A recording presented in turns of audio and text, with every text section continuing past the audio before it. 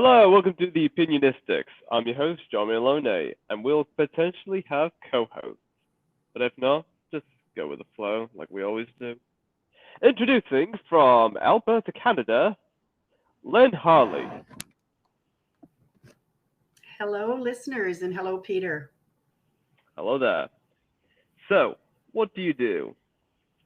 What do I do? I work as a transformational life coach, and I just authored my first story, which was published this summer, a children's story called What If You Could? And it's basically the children's version of what I coach adults through. Oh, tell us more about that. I'm interested to know. Okay, well, first of all, what I teach is that transformation is really an art and a science. It's not happenstance. And it all begins with us having a vision, which is the art. And then there are universal principles that, if we know how to work with them, absolutely lead us on the road to transformation. So, this book is about a little caterpillar. And we know the science in nature that a caterpillar, if the conditions are right, will become a butterfly. So, in this book, the only thing that differentiates this caterpillar from all the other ones is that this caterpillar can think. And as he thinks for what he would desire, he wants more than just being on a branch, which again is really the truth of who we are. We're always being called to become more, to grow. He starts to have a beautiful vision that he'd love to fly, he'd love to eat more than leaves, he'd love to be going around the world. And he just has this lovely vision of what his life could be. And when he falls asleep into this and wakes up, he realizes that nothing's changed. And all of a sudden, he's kind of left that beautiful vision and he's hearing from a voice inside of him that's going, well, who do you think you are? Flying and drinking nectar? How's that going to happen? And I just think it's the most amazing analogy because if you really think about a caterpillar on a branch, the fact that it can become a butterfly is pretty audacious, right? Uh huh. And yet, when we have dreams for something more for ourselves, we often think that this dream is way too big. How's it ever going to happen? And we allow that voice within us to shut us down before we ever get a chance to really live into our vision. Hmm. Okay. Very nice.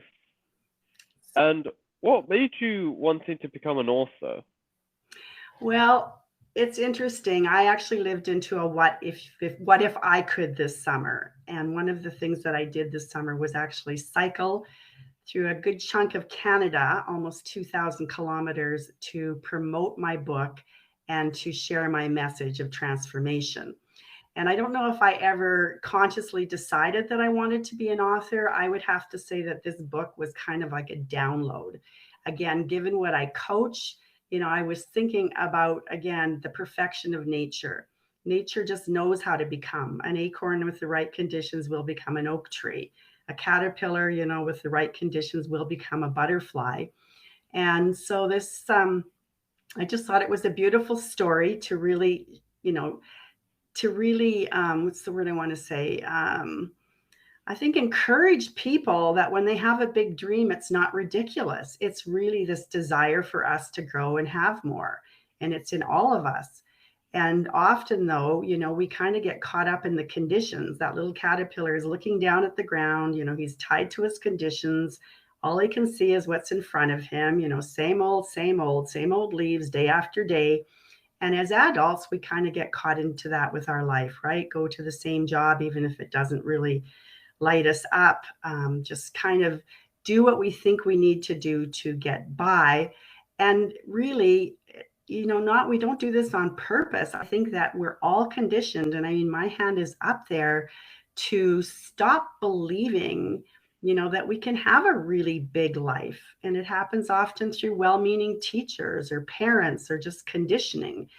Sometimes around age 8 or 9, we kids hear, oh, get your head out of the clouds, don't daydream. You're never going to make it as an artist. So, there's messages that come at us, through all our lives. And I think that what I want this book to do is to just really open up not just children, but youth. I mean, this book is being given to adults for gifts.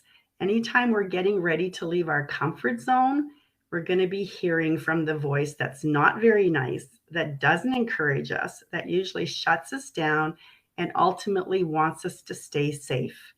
And yet, there's so much more. And what I've learned in my lifetime, and especially this summer, that really everything we want is on the other side of fear.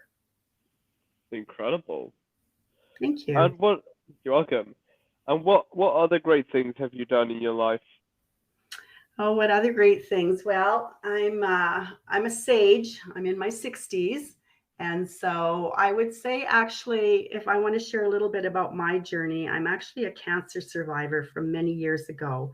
I was in my early 40s when I was diagnosed with cancer, and I think for me that was a life-defining moment too. And I think often it's something painful that calls us to grow. And so if you're going through something, that feels a little adverse right now or is hard to deal with, often this can be a real opportunity to lean in and to, live into a bigger version of yourself. And I had a kind of a life defining moment years ago when I just decided, you know what, I don't want to just survive anymore. I want to thrive. And so I was introduced to the principles that I coach now. And it really is about learning to live from a vision. If we don't have that vision pulling us, it's really easy to collapse back and just allow sort of what we're in the moment to keep us kind of where we are. So I've had some, I don't know, I set a vision years ago and I'm just getting ready to do a workshop called What If You Could, and 3 keys to transforming new results. And my first what if I what could was, would I live? What if I could live? That's when I was diagnosed with cancer. And I created this beautiful vision of, wanting to see my young children graduate and wanting to travel and wanting to be so healthy that I'd be like running marathons. So that was my measuring stick. That was my big, big vision. You know what? And I have to say that when I started to live from that vision, it all came together. 18 months after my second diagnosis with cancer, I crossed the finish line at the Disney World Marathon, and my kids were at the finish line. And I've gone on to have some phenomenal travel experiences and volunteered in different parts of the world. And now I'm working, with people and supporting them to live into a life they would love. Okay. Incredible. Thank you. You're welcome. Oh, yeah. And I also heard you've been an advocate for youth mental health and wellness. Yeah, so this dream I had this past summer with the book really morphed as a result of, again, another um, challenging circumstance in my life. My brother actually passed 5 years ago, and he struggled his whole adult life with mental health. And so when I wrote this book, I really thought the message in it, first of all, is that we all live on a spectrum of mental health. I realized that when I've had those low times in my life, I'm not operating at my best. And so when my brother died and my mom died within a very short period of time, I really had a period of grief. I mean, I was bereft and I had to do my grief work. But as I came out of it, and this book was, I'm going to say, inspired, I just thought, you know what? When we live with mental health and wellness, we're more easily able to discern that voice that is for us. And so, my message in terms of talking about mental health is I think, first of all, we need to normalize that voice that's not very nice. So, I'm going to ask you, Peter, have you ever heard from that voice that says, "Who do you think you are?" Ever? Yeah. Okay, so that's what I'm trying to just first of all normalize, is that that voice is there no matter what. And it's interesting, I've got 3 adult sons now. I'm thrilled to say they were young boys when I was diagnosed with cancer. And just recently my middle son and I were having a conversation on the phone, and he's got a teenage son now, and he said, Mom, I think the most important thing that you ever taught me was that I don't have to listen to that voice that's not very nice. And I love that. And I think that this is the message that I really want to share with the world, is that voice is going to be a player. It's going to show up, especially when you decide you're going to do something that's bigger than what you know. But there's also this inside voice, this still small voice that wants us to become all that we can be. The potential to be that oak tree, to be that butterfly.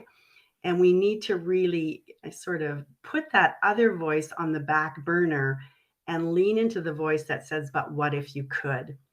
And then the second part of this is really leaning into believing that the way will be made. So when we set big dreams and have goals and visions for ourselves, the other thing that usually shuts us down is that we think, well, how's that ever going to happen? And right away, we think that we're the ones that have to figure the whole formula out. And it couldn't be further from the truth. It's like if you're driving from one city to another at nighttime, all you need to see is as far as your headlights take you. You turn a corner in the dark and you see the next stretch of highway. And really, when you're living from a vision and you're really holding that vision in your mind, that's exactly how it unfolds. So this summer, I set the very audacious goal to ride my bike across 4 provinces to promote my book and to also speak to mental health and wellness. And I had no idea how that would pan out. I didn't even know when I set out if I was going to make it. But I realized as I put a PowerPoint together recently that, you know what, everything happened in perfect and divine timing. And all I needed to do every day was really get on my bike and trust that deep within inside me, this voice that said, what if you could? So, and there's a rigor to this. It sounds kind of simple just having this conversation, in your podcast, but I work with people inside structures of support, for a good period of time because we are reprogramming, kind of a mindset that's been in operation for a long time. And most of what we think is often operating at the unconscious level. So the work is really bringing up to the surface and shining the light of awareness on those patterns of thinking that just don't support us to really, become all that we can be. Interesting.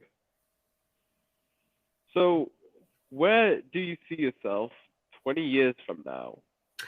Ooh, well, I'm going to be in 20 years, I'll be 87. So I would like to say in 20 years that I see myself, first of all, leaving this beautiful legacy in the world and supporting people to live into their best lives. I have a vision of myself being healthy and strong and mentally clear and still able to contribute, in however I feel guided, I think, as I progress here. So again, I've just accomplished this, what felt like a very big and audacious goal. I've also set a very big goal to raise $100,000 for the organization that supports youth mental health. And I'm also donating a portion of my book sales. So every book that sells for as long as it's alive and well, this book will be donated into the organization jack.org. And I just want to also share, even though this is an organization within Canada, their web is www.jack.org. And they have phenomenal resources that are available to anyone, anywhere in the world. So if there's somebody out there that's either supporting somebody who's maybe struggling with mental health and wellness, or you might even wonder, how you're doing, there's some really great resources to help you tap into, your own mental health and how you can support and encourage other people to reach out and get the support they need. Fabulous. Thank That's you. nice. You're welcome. So, what is the one thing that you like about your local area? That I love about living in Alberta, well, I just moved here actually 3 years ago from another province. And what I love about my area is I just live in a really pretty city. First of all, there's only about 20,000 people here. So I love the fact that I can be everywhere in 6 minutes. That's kind of what my Google tells me. And still have a beautiful sense of small town. So people are very friendly. If you're walking, they smile at you. Um, yeah, I just was thinking last night, even Halloween, all the little kids that came to my door, they were well mannered and they were big thank yous and happy Halloweens. And I just really do love the area I'm in. It's beautiful in terms of, opportunities to get to nature. I like to kayak, I like to hike, I like to snowshoe, I like to cross country ski, and I have all of those opportunities really outside my door. Okay. Nice, nice. And Do I you have a love pro? Oh, sorry, I was just going to say, and I also love the fact that, and I guess this is one of the things that has happened even a bigger way as a result of the pandemic. But here, look at us, we're having a conversation in two different countries. So I love the fact that I can basically be working with anyone, anywhere, and it can be happening virtually now. So that's really a gift. That's nice. Yeah. Do you ever travel often? Do I travel often? Actually, I don't really travel often, not for work. I mean, I could. There's opportunities, but I was gone for 3 months this summer actually on my bike. So I've only been home for about 6 weeks, and I'm just kind of relishing the fact that I'm not sleeping in a tent many nights and then I'm not on my bike. And I have traveled a lot, though, worldwide up until probably the pandemic. And now it's not, I don't really have a desire to go really far away. I might take a warm winter holiday this winter. I did last year, but I have been to like numerous countries that, involved long flights in the air and big time changes. And so I really do feel grateful for the travel experiences and opportunities to get to know about other people and cultures that I've been able to experience up until now. Hmm. Okay. Fabulous. What is your favorite ice cream topping? Oh, my favorite ice cream topping. Almonds and chocolate syrup. Oh, fabulous. Yes, that was easy. Oh yes, it sure is. What's yours? Well, I'm a more open guy with toppings.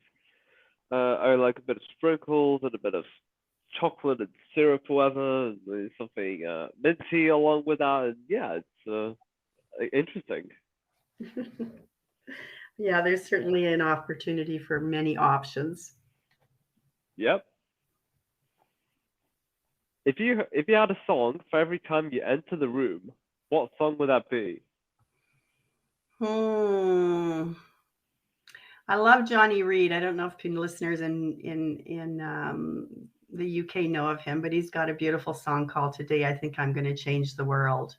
And I think that every one of us has the opportunity. It might just be in our circle of friends.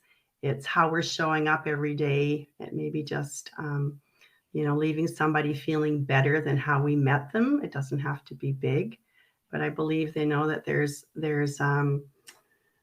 light in all of us if we have the opportunity to let it shine. So I think it's just something that we can all do is help other people shine their lights in the world. Fabulous. What is the one app that you hate so much, but you still use it anyway? Oh, did you say app? Oh, well, I'm Yeah. just going to have to say technology in general can throw me into a tailspin. So I have, and I don't think I have the patience to learn. So I'd have to say that it's not so much always an app that sends me into a tailspin. It's I guess, my frustration at my inability to know how to do something well quickly. And I'm just at the point now where I'm learning it's easier for me to try and find people to support me to do that than to expend way too much energy on something that causes me frustration. Oh yes. So would you rather have an agility of a cat or breathe underwater? Hmm. I think I like the agility of a cat, especially as my body gets older. Hmm. Okay. Interesting choice. What is the one thing you can't live without? I'd have to say my morning coffee is pretty important to me. Ah, of course. Okay. Yeah. Did you have any role models growing up? Um, hmm. Did I have any role models growing up? I was a pretty wild kid growing up. I think I've really, what's the word I want to say? I've done a lot of growing myself as I've evolved, and matured in life. Did I have any role models? Gosh, I think I have more role models now. You want to hear a few now? It feels like so long ago. Okay, that's nice. Well, I just think there's some really great role models that that inspire me. So people like Oprah Winfrey and Diana Nyad, who was the first woman and human actually to swim from Havana, Cuba to Key West without a shark tank. And she did that in her 60s after five failed attempts. Well, her fifth attempt, she did it.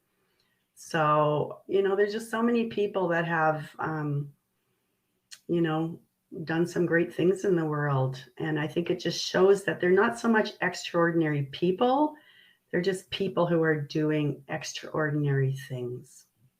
Absolutely, and I preach that for sure. Yeah, that's a great message. Oh yes. What is the best way to start the morning? For me, Yeah. well, the way that I start my morning is I usually just try to set myself up for success. So I have some reading that I like to do that kind of gets my compass going straight. I like to journal. I like to kind of look at my day and visualize the outcome of things before it happens. So, kind of scaffolding my day for success. So, even knowing that I was going to be on the podcast today, having a vision of it being, something that might touch another listener somewhere in the world and a good conversation with you. And gratitude, just again, really looking at my global vision right now, and having gratitude that it's on its way. It's in the process. I'm becoming. Nice. Thank you. Welcome. Would you rather speak all languages or talk to animals? Oh, I'd rather speak all languages. I would Yeah, love to speak more than one language. me too. It'd be so easy too, because at least you'll understand what everyone around the world is saying about one another, or this and that, and so on and so forth. Exactly. Yeah. Yeah. What do you spend during your free time? What do I like to do on my free time? Yeah. Um, well, I actually like to go for hikes. So I'm going to go for one today. There's some shows that I like to watch on TV. I'm not a big TV watcher, but there's a few that I like to watch. I also enjoy playing Rummy Cub. That's one of my guilty pleasures, which is a tile game. And every once in a while, I can actually play it on my device. So I enjoy that. Just connecting with family and friends, I think. Yeah, just reading. Mm. Is that all, or is there more?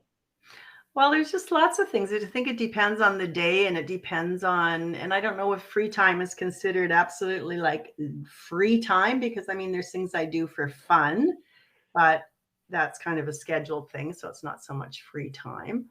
And, like getting together with friends or um, I go to line dancing on Wednesdays, which I really enjoy. I go to a Spanish circle on Monday at my local library, which I really enjoy.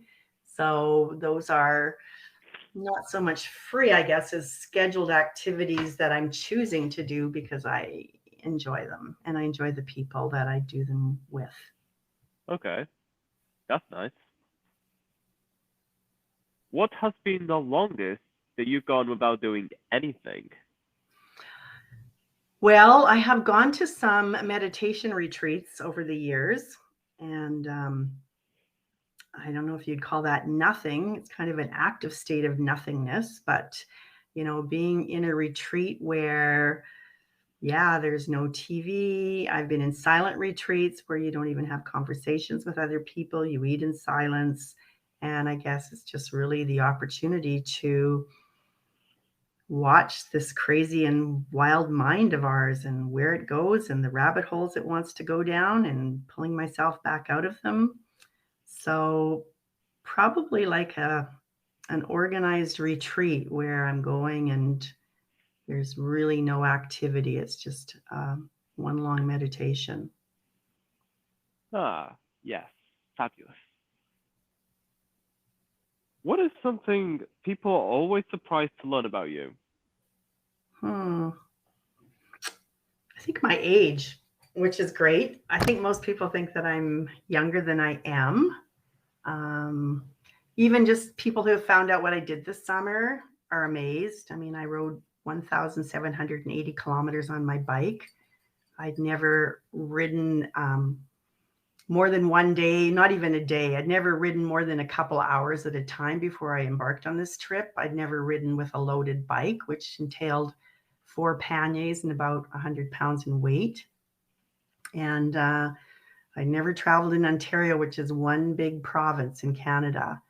So when people hear what I did, they're usually pretty impressed. And actually, when I talk about it, I'm pretty impressed that I did it too. So, Okay, great, great. And hmm, if you could live anywhere in the world for a year, where would it be? oh boy. Hmm. I had the opportunity to go to India a number of years ago, not terribly long, like within the last 12 years for 6 weeks. I think it would be fascinating to go back and spend a year there because of um, the number of areas that I'd still like to see there. Okay, fabulous. And did you know there are 7.7 billion people on this planet, but there's only one of us? Yes, I did. Fantastic. And do you want to hear my interpretation of that? Go ahead. Maybe we're on the same. And this is what I coach is that I actually like to say there's almost 8 billion brains on the planet, but there's one, your universal mind. That's how I view it. And that when we can plug into that universal mind, our potential is phenomenal when we come from that kind of thinking. Okay, I've never thought about that way. I'd love to hear your interpretation of that, Peter, Uh, when you said there's only one of us. well, I mean, based on that, if there's like 8 billion minds, then I mean, you have to consider it's not just humans; there are animals as well, and this could expand to the trillions, because you never might know how many individual species or whatever are currently on this planet. So you also got to count the minds of the animal kingdom as well as the humans. Mm-hmm. Mm-hmm. So yeah, it just gets bigger and bigger when you think about it. Yeah, it sure does. Yeah. Mm-hmm. And that is all we have for this episode. It was great having you here, Lynn, talking about your work as an author, how you travel 2,000 kilometers on a bike, and well, a lot of other things. It's been amazing. Thank you. And again, if people want to look up my book, it's just called What If You Could. My website is Lynne, Lynne, Harley, HARLEY.com. There's links. The book can be purchased anywhere in the world now. And a portion of each book I sell will go to support youth mental health in the world. Incredible. And until next time, stay opinionated.